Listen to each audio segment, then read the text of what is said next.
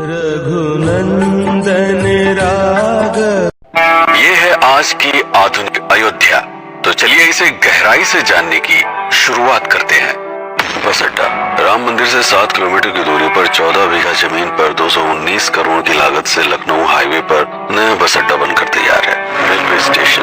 मंदिर से 1 किलोमीटर की दूरी पर 240 करोड़ रुपए में नया रेलवे स्टेशन डिजाइन किया गया है। भविष्य में अयोध्या से दिल्ली, मुंबई, चेन्नई, बेंगलोर, पुणे, कोलकाता, नागपुर, लखनऊ और जम्मू जैसे शहरों के लिए विशेष रेलगाड़ियां चलाई जाएंगी। हवाई अड्डा। 1450 करोड़ रुपए में लगभग 1300 बीघे में फैला हुआ प्रयागराज हाईवे पर नाके के पास बनाया गया है नया एयरपोर्ट। यहाँ से राम मंदिर की दूरी से 12 किलोमीटर है। भविष्य में कई बड़े महानगरों के लिए सीधे उड़ानें उपलब्ध है। घाघरा जलमार्ग।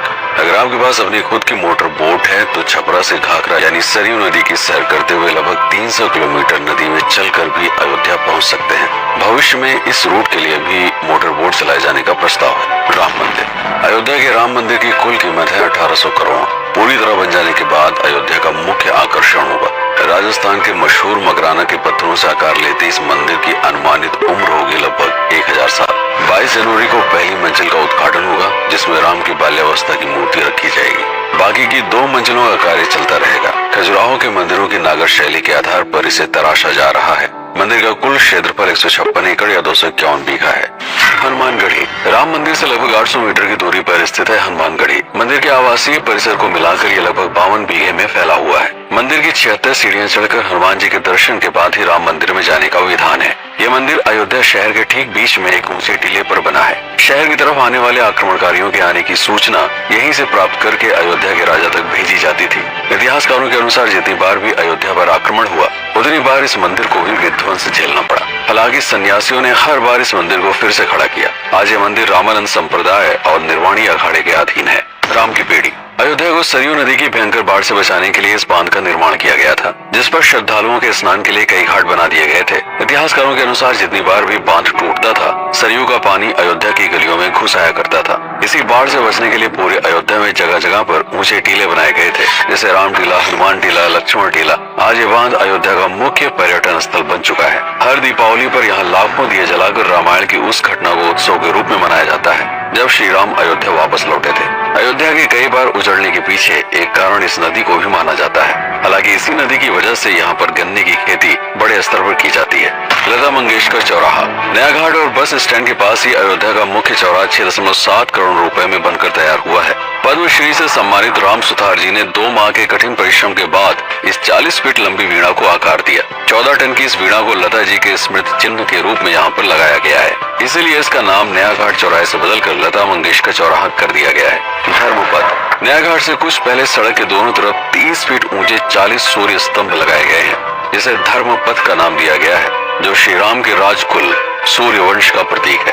दशरथ समाधि स्थल। नए बस अड्डे के बगल से एक पतली रोड कछार से आगे बढ़ते हुए लगभग 12 किलोमीटर दूर ले आती है दशरथ समाधि स्थल, जो बिलहर घाट पर मौजूद है, जिसके बारे में मान्यता है कि यहाँ पर राजा दशरथ का दाह संस्कार हुआ था। राम मंदिर के साथ ही इस जगह को भी पर्यटन स्थल के रूप में विकसित किए जाने की योजना पर कार्य चल रहा है। भरत कुंड। अयोध्या से 15 किलोमीटर दूर है नंदीग्राम। यहाँ मौजूद तालाब को भरत कुंड कहते हैं। मान्यता है कि इसी जगह से भरत ने पूरे अयोध्या का राजकार्य संचालित किया था। पर्यटकों के लिए इस स्थान को भी विकसित किया जाएगा। गुप्तार घाट। राम की बेड़ी से सरयू नदी के किनारे चलते हुए 10 किलोमीटर दूर स्थित है गुप्तार घाट। ये कैंट एरिया में पड़ता है। इस जगह को श्री राम के जल समाधि के रूप में महत्व दिया जाता है। इसके अलावा अयोध्या नगर में हर गली में कई विशेष मंदिर हैं, जिनकी अपनी मान्यताएं हैं, कथाएं हैं, विशेषताएं हैं। पूरी तरह से विकसित हो जाने के बाद नई अयोध्या को पूरी तरह से जानने के लिए, इसका आनंद लेने के लिए कम से कम 3 दिनों तक यहाँ रुकने की आवश्यकता है। देश विदेश से ज्यादातर पर्यटक भारत आते हैं उत्तर प्रदेश में आगरे का ताजमहल देखने और प्राचीन नगर काशी और सारनाथ घूमने।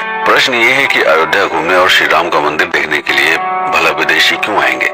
और इसका कारण है भारत में लिखी गई राम कथा की सबसे पहली और प्राचीन पुस्तक रामायण। भारत में रामायण के अलावा कंबोडिया में रीमकेर, थाईलैंड में रामकियन, जो कि वहाँ की राष्ट्रीय पुस्तक है, इंडोनेशिया में ककनिक, नेपाल में भानुभक्त रामायण जैसी पुस्तकों में वाल्मीकि की रामकथा से प्रेरणा लेकर इसे अपने अपने देश की संस्कृत के हिसाब से फिर से लिखा गया है। पात्रों के नाम, कुछ नई घटनाओं के अलावा मूल राम कथा सभी में एक जैसी है। इसके अलावा भारत में ही राम कथा को लेकर संस्कृत में 7 संस्करण, हिंदी में 3 संस्करण, गुजराती में 47, उड़िया में 14, तेलुगु में 5, कन्नड़ में 4 और अन्य भाषाओं में लगभग 17 संस्करण मौजूद है। इसके अलावा लिखे गए नाटक, कविताएं आदि को भी अगर मिला दिया जाए तो इस दुनिया में 300 से अधिक तरह से राम कथाएं बार बार लिखी गई हैं। इन सभी राम कथाओं पर कई विशेषज्ञों ने समय समय पर अध्ययन किया और अपने विचार दिए। Father Camille Bulcke, Hermann Jacobi, Wendy Doniger, Edward अल खरर, Alf Hiltebeitel, Paula Richman, Aubrey Menon, Ramesh Menon, Radha Vishwanath, Shantanu Gupta, Meenakshi Jain, Lala Sitaram, Swami Gyanananda Saraswati जैसे कई लोगों ने समय समय पर राम कथा को लेकर कई शोध किया और उसमें छिपे हुए मूल कथा के साथ ही इसके इतिहास को समझने का प्रयास भी किया। राम कथा थी कौशल प्रदेश के द्वारा किष्किंधा और लंका पर विजय प्राप्त करने की पहली बार एक अखंड भारत के निर्माण की। रामायण महत्वपूर्ण इसलिए हो जाता है क्योंकि ये अखंड भारत युद्ध से अधिक व्यक्ति के आदर्शों, सूझबूझ, मित्रता जैसे गुणों से स्थापित हुआ। रामायण एक ऐसा डॉक्यूमेंट है जो ये समझाता है कि भारत पहली बार एक कैसे हुआ। इसलिए ये गाथा न तो कभी भुलाई जा सकती है और न ही कभी मिटाई जा सकती है। और आज की अयोध्या उसी अखंड भारत का एक प्रतीक है, अपनी संपन्नता के कारण जिसने समय समय पर बाहरी आक्रमणकारियों का भी सामना किया। अयोध्या की इसी संपन्नता ने यहाँ पर मुगलों को भी आकर्षित किया। महात्मा बुद्ध भी यहाँ पर रुके, सिखों के गुरु साहब भी आए और जैन धर्म के तीर्थंकर भी। सिपाही ही नहीं बल्कि उनके अनुयायी यहीं पर बसते चले गए। अयोध्या कितनी बार बसी, कितनी बार उजड़ी, इसके बारे में बहुत अधिक प्रमाण उपलब्ध नहीं है। सूर्यवंश के पतन के साथ ही अयोध्या का भी पतन होता रहा। बीच में कई सौ सालों तक अयोध्या मानो विलुप्त सी हो गई। इसका कारण क्या था, इसका कोई प्रमाण नहीं है। अयोध्या को फिर से खोजकर उसे स्थापित करने में बार बार राजा विक्रमादित्य का नाम आता है, लेकिन विक्रमादित्य एक उपाधि है जिसे कई राजाओं को दिया गया था। तो ये कहना मुश्किल है कि किस कालखंड के कौन से राजा ने ये कार्य किया। कुछ विशेषज्ञों का मत है कि यह काम उज्जैन के राजा विक्रमादित्य ने किया होगा। नंदवंश, मौर्य वंश, शुंग वंश, गुप्त वंश आदि के साम्राज्य में भी अयोध्या का वर्णन प्राप्त होता है। सबसे बड़ा विध्वंस हुआ 1527 के आसपास बाबर के कार्यकाल में, जब राम मंदिर को ध्वस्त कर बाबरी मस्जिद स्थापित की गई। सन 1722 में बंगाल के नवाब अलीवर्दी खान ने व्यापार के नजरिए से राम मंदिर से कुछ किलोमीटर की दूरी पर एक नया शहर बसाने की शुरुआत की।